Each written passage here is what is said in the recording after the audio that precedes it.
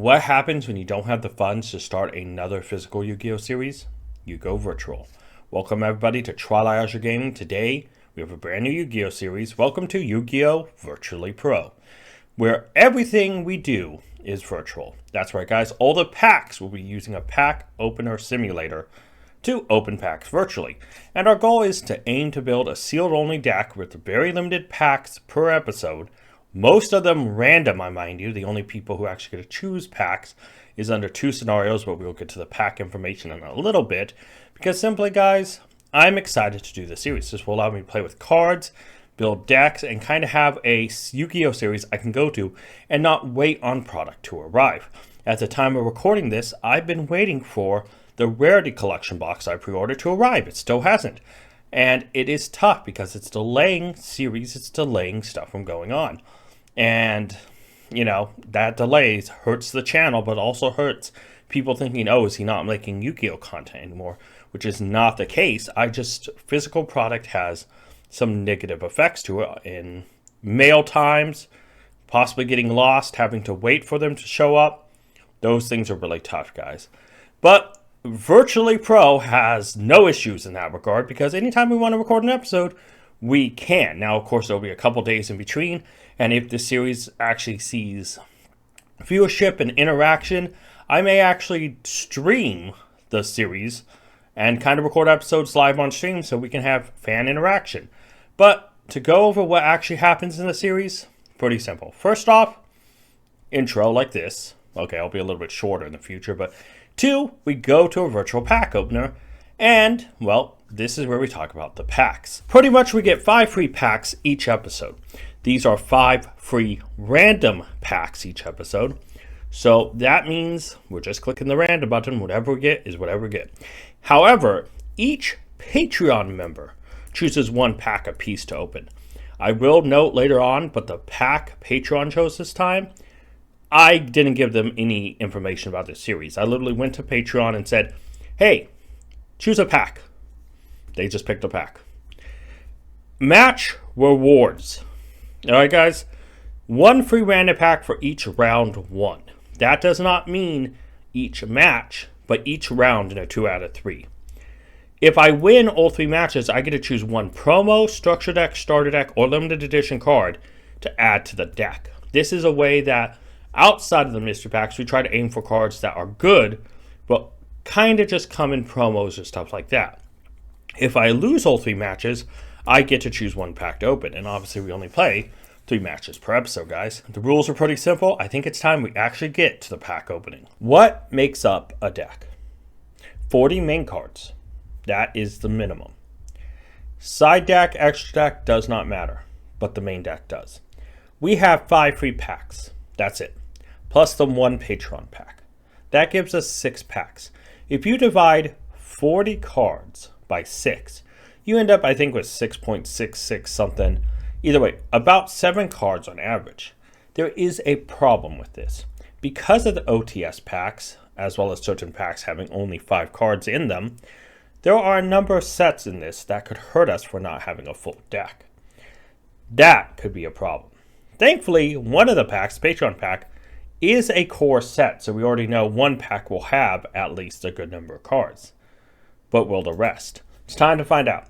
If you did not know, for a Yu-Gi Pro deck, this little button down here will say Open Random Pack.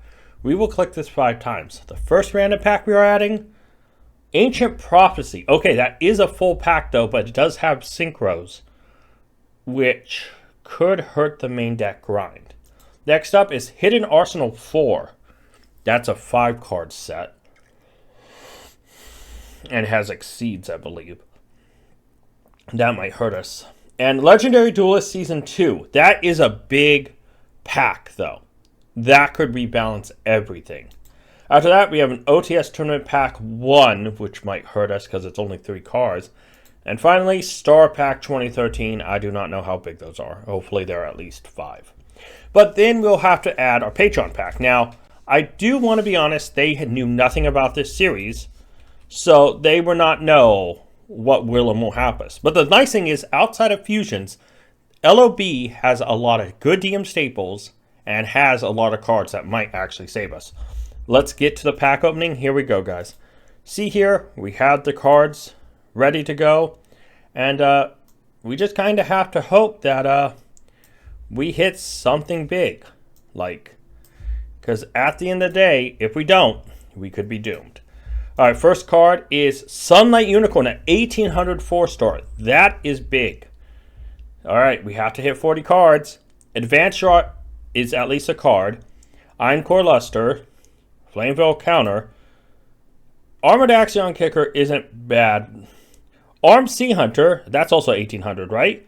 Yes, it is. We're getting 1800 4-stars. Psychic Soul. Magnabar, I love Mortronics. And Falcione Beta. Oh my god. So these are at least cards that can go towards that 40 count. The fact we have 9 out of 40 is big.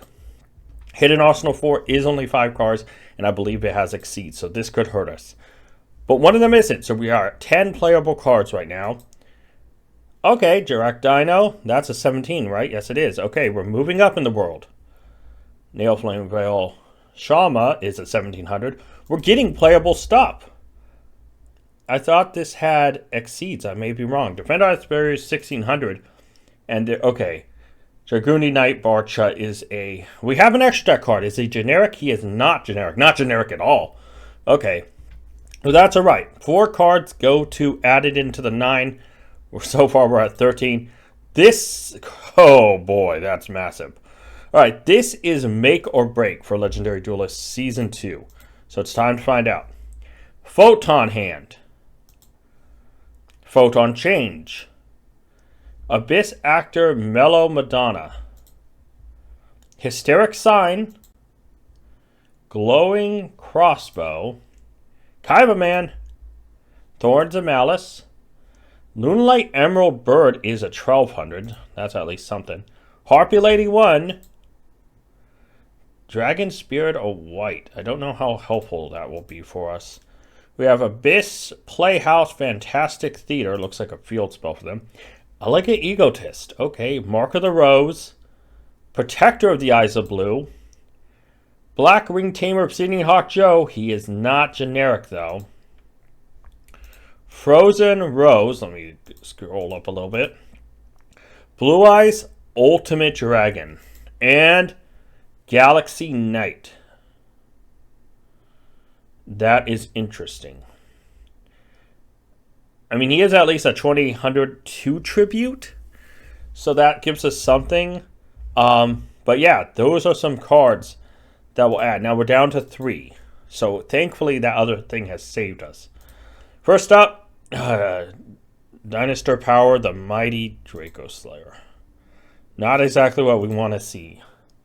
Michael, the Arch Lightsworn. He is pretty much generic. He does need light, but whatever tuner we want, that could be worse. That could be worse. And Skull Servant, there we go, power card right there. Honestly, could be worse. Star Pack, it's only 3. Ooh, are we going to have 40 cards? We probably will, but it's going to be close. Black Ray Lancer, generic. It's 2 waters. That's horrible. Heartfelt Appeal, that's at least a playable card. And Dark Leon. Kuribo with the hentai protagonist haircut.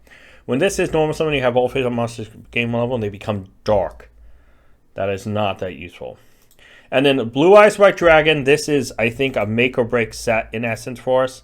Because if we do not hit right, we could be in trouble. Monster Egg, it's at least a card. Urabi, 1500, that's big. Laser Cannon Armor. Masaki, okay, that's at least a monster. A Tribute in Mirazazuma. Yami, that's powerful. The 13th Grave, at least it's 1300. 2-prong attacked rare, and a Man-Eater Bug. That's a power card. Alright guys, we're going to add this to the collection. And it's time to find out, do we have enough? It's time for our very first Virtually Pro deck list. It's not the best, but we have some cards. Armed Sea Hunter, 1800 attack, 4-star. And technically after damage calculation, if battle effect monster, negate the effects that monster, clean the graveyard. but you must control another water. We do have other waters, but yeah. Armored Axion Kicker is a 6-star 2200 that control another psychic type monster. You can normally summon this card without tributing. Guess how many other psychics we have?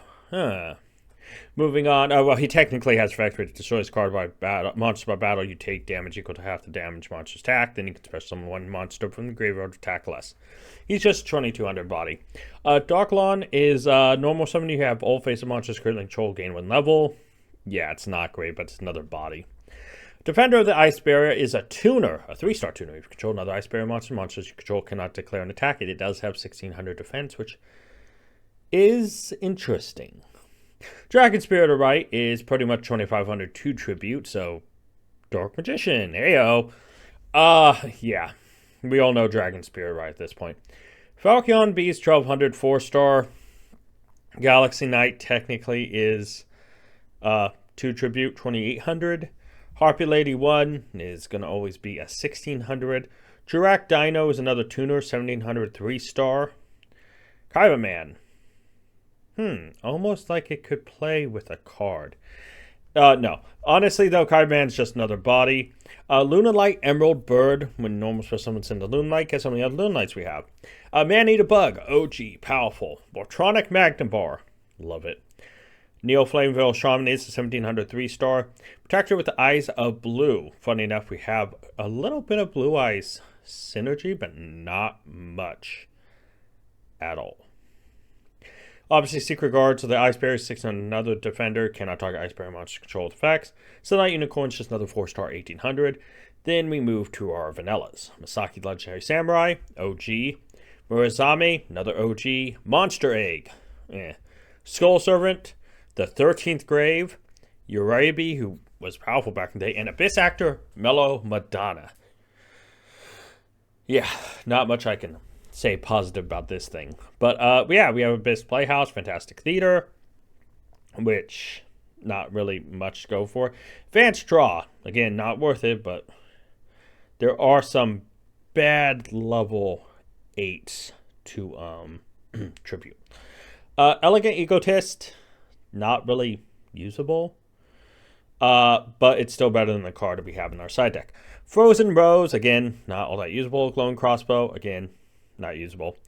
Hysteric Sign at least can be usable in some sense. Laser Cannon Armor is usable. Mark of the Rose, Photon Hand, Thorn of Malice, Yami, Flame Veil Counter, Heartfelt Appeal, Photon Change, Psychic Soul, and 2-Prong Attack. This side we have the last card that did not fit in our 40-card deck, Iron Core Luster. We don't have any Iron Core Kokimerus. It's useless. So it goes inside. We had to play these 40 cards. Going to our extra deck, we have big bosses like Unsummonable Blue Eyes Ultimate Dragon, Unsummonable Dinister Power, the Mighty Draco Slayer, Unsummonable Blackwing Tamer Obsidian Hawk Joe, Unsummonable Dragudi Knight Barca. Technically, if we're being real, unsummonable. Michael the Arch Lightsworn. Yeah, that's right. We really don't have. Oh, wait, is there a way we can summon him? Because it's any tuner, right? So technically, we actually can summon him as long as we have Sunlight Wolf, Sunlight Unicorn, and then we are 3 tuners. So we do have 1 summonable. And then Black Ray Lancer, which needs 2 3-star water monsters. Guess how many 3-star water monsters we have? Let's see. 1.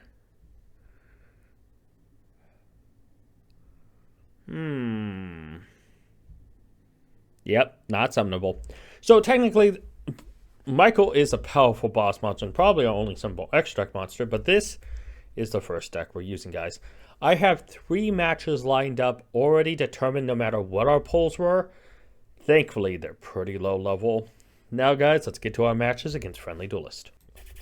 Alright, guys, it's time for the very first match of the series. Now, for this series, guys, Virtually Pro, we have some easy decks to start off against. The first one, Starter Deck Yugi, the very first original starter deck, and yeah, honestly, can our deck match up against the original starter decks?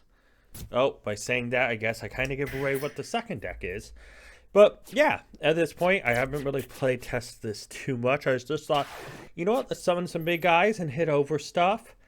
And, you know, try to make the best of a situation. And right off the bat, just like Yugi, guess who makes an appearance? Dark Magician. Friendly Duelist just summons his inner Yugi. And I immediately don't think we have an out for this. I really don't. I don't feel like we have an out for Dark Magician in this deck. I mean, technically, we can also get a 2500, but he's playing up to a 27 because of Yami. So we're in a rough situation right off this bat, and it's just like, oh, well, do we lose? Well, yes. Yes, we do. 0-1 right now, guys. Can we make something happen? Well, with this hand, it doesn't look good. These low level 1 monsters are clogging up our hand, not making things easy. But hopefully we can make that change. But only one way we'll tell is if we can draw something here. And yeah, the monster we need. Honestly, at this point, I'm wondering what the face down is because he hasn't flipped it. And so I'm thinking, all right, let's push in, see what it is. Well, I regret my life choices. Right off the bat, Mystical Elf wrecks my face, and yeah. What's interesting, though, is he tributes it only for 1600 naturally, but plays down -200 because of Yami. So I'll take it out. Nope, reinforcements. It was a trap. I'm in danger, and that was a whole bait and switch. Swings in. We are only at 2001 in life points. We need something. Not the card we need, and we drop our first match against the Yami or Yugi starter deck of all things. Here we go against Kaiba's starter deck. Can we do better than the Yugi starter deck? I hope so. I really hope so, man. I can't imagine losing to both the original starter decks with cards that are from any era of the game. Well, he looks at our top 5. I have no idea what they are. But I'm thinking, okay, Man-Eater Bug, that's a power card. We can take care of his 1900. So he swings in, I'm thinking, okay, take it out. We're in a great position. Only a 1200. Can I match it? No, this monster's bigger, though. Set, summon, Battle Ox, wrecks my face. Okay, well, of course, another great card drawn. We take 100, even further emotional damage added onto the fact we were burning and getting attacked by every single monster in the deck. And unfortunately at this point, we kind of just have to accept we are defeated. And yeah. So just like the Yugi starter deck, we drop 0-1. We can make this back. Looking at this hand, I don't think so. So we set our only monster. Hopefully they don't have anything bigger than 100 attack. Man, if this was Magic the Gathering, maybe. But yeah, wrecked in the face. And guess what? 200, 300, 200 monster. Skull Servant. Yeah, that's the beast we need. Sets a monster. Doesn't go in for aggro. And I'm thinking, okay, well, this is weird. I'll set Kaiba Man. Whatever. And Trap Master. Okay, guess what? Not a trap. Tributes, 1800. We are now on a clock. The Heartfelt Appeal, I know we can take the monster, and I'd really want to tribute or do something, but at this point, it's tough. We don't have many things we can synchro into. We don't have any links. Heartfelt Appeal is kind of at a disadvantage right now. And I kind of just think we're going to lose here unless I draw a tribute monster. Nope, not the tribute monster we want, not the tribute monster we need. We're in danger, and Kaiba, Friendly Duelist, decides to summon Blue Eyes. So now not only have we seen Dark Magician wreck our face, Blue Eyes White Dragon is here to wreck our face. Ukazi comes in for extra emotional damage. Third match, guys. Can we win at least one round? Because if you do not know, each round we win, we get one pack. So far we have none. MST, Dispel, hits all our back row sets. Interesting. Okay. My turn. Okay, let's go in. Tribute summon. Hit. Oh, Hane. Hane. Whatever you want to call it. Returns my tribute. Thinking, okay, let's still go on the aggressive. Arm Ninja can't hit anything. We're in a great place. By the way, if you have not figured this out, what starter deck would this be? We're done with Yugi. We're done with Kaiba. What deck would this be? That's right, it's Pegasus. Toon World just on time. Actually, here, Friendly Duelist is at quite a bit of a disadvantage. We come in, we know Toon World's powerful, we pop it because there's only one of it. Swing in, hit for 2,500. We have a boss monster on the field. Just swing in, win it. That means we get one extra pack next episode. That's fantastic. Can we take the match, though? Can we win? And by winning, we get another pack because each round gives us a pack. But each pack one gets a pack. 2 wins equals a match, you know. And this hand doesn't look great. And Wabaku means we all know clowns. Switch, pop, Sonic Bird gets the illusion and swing in 1,400. I'm thinking, okay, we'll snatch that. Never mind. My turn. Well, here's my big monsters coming in to save me, guys. There's a lot of dead filler in this pack, and it hurts. It hurts a lot. So I set my other big strong monster. Gets popped. Tribute. Manga Ran. I think this is just insult to injury. So I'm sitting here at 5,400 life points. Set a dead card. Your turn. Oh, hit. I'm at 2,000. Well, I summon, swing in. I know I'm dead. Your turn. Oh, how about the regular Ran? Great. So it's 1-1. Can we win this match? I have to hope so. We already have, like, Harpy Lady. By the way, accidentally put Kaiba Man into attack position meant to set him. Cost me life points there. But, set another card, summon our 1,600 beater, and just wait. But here's the interesting thing. Instead of crashing, tributes. And I'm thinking, okay, I'll tribute, I'll swing in. Ah. Well, we're at a stalemate once again. Only this time I can't crash. So in this situation, oh, Wabaku has to prevent it. Interesting. Now, Friendly Duelist accidentally clicked. He thought it was destroy all monsters. So he Dark Holes, racing his Dark Hole. In response, we swing in, hit 1,700. And it's Friendly Duelist's turn. That misclick could cost him big. We draw a very powerful dead tribute monster, but we hit in 1,700. Putting Friendly Duelist on the clock, saying, hey, you know what? We know what's coming.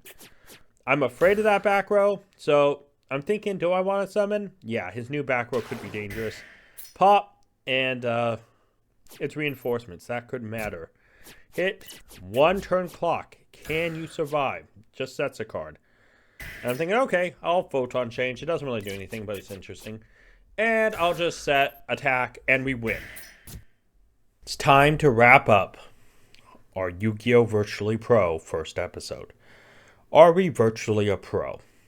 Not by a long shot. Our matchup against the Yugi, Kaiba, and Pegasus starter decks have proven one thing. Our deck is very weak. Not only did we lose to the very first 2 decks that came out, the Yugi starter and the Kaiba starter deck, thankfully we beat the Pegasus starter deck 2-1, which does have implications for next episode. How so, you may ask? Well, let's look back at our rules. The pack rules, which are the simplified rules of the series and the only rules of the series. 5 free random packs each episode. No matter what, we'll be opening 5. But because we won 2 rounds in the 2-1 victory over the Pegasus starter, we will open 2 additional free random packs. So we'll be opening 7 random packs. Fortunately, we did not win all our matches, but we also didn't lose all our matches, so neither of those come into play. And of course, each Patreon member chooses 1 pack per member to open each episode. Obviously, we have 1 member currently. If you guys want to check out Patreon, links are in the description below. But this deck, guys, we have some things that I think I definitely will keep. But we need to get rid of cards that are dead useless. Dark Lawn, even though I love Morphtronics personally, Magnum Bar, things like Skull Servant, you know, anything that's stupid like Murazame, who's a tribute for 1,400, Monster Egg. There's a lot of dead cards in this deck. But because we're relying completely on random packs, gotta hope the luck is with us.